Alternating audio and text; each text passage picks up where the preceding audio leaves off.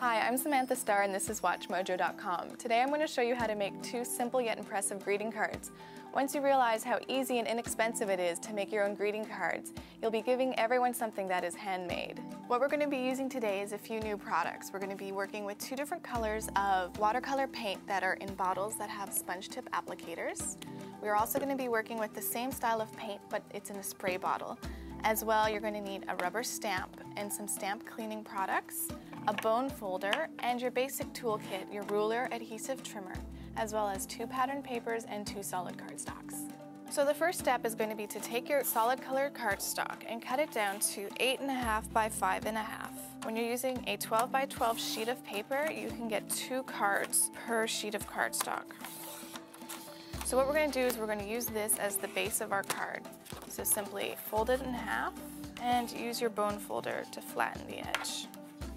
What we're going to do next is cut a piece of this pattern paper for the front of our card. So we're going to cut it down to 4 by 5.25. We're going to start with cutting on the 5.25 because of the way that our pattern is running. So we're going to cut it at 5.25 and then 4, and that's going to be the front of our card.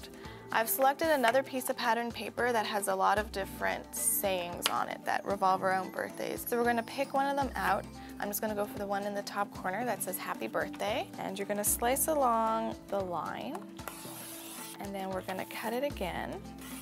And then to make it show up a little bit, I think we'll use the back of one of our papers. What I generally have the habit of doing is gluing down and then trimming around. But if you are a perfectionist, you can go ahead and measure it. So the block that I cut out is 3.25 by 2.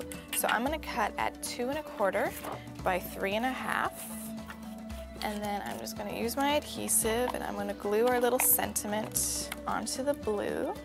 And I'm going to glue the first piece that we cut onto the card, and we're going to just glue our sentiments right onto the front of the card.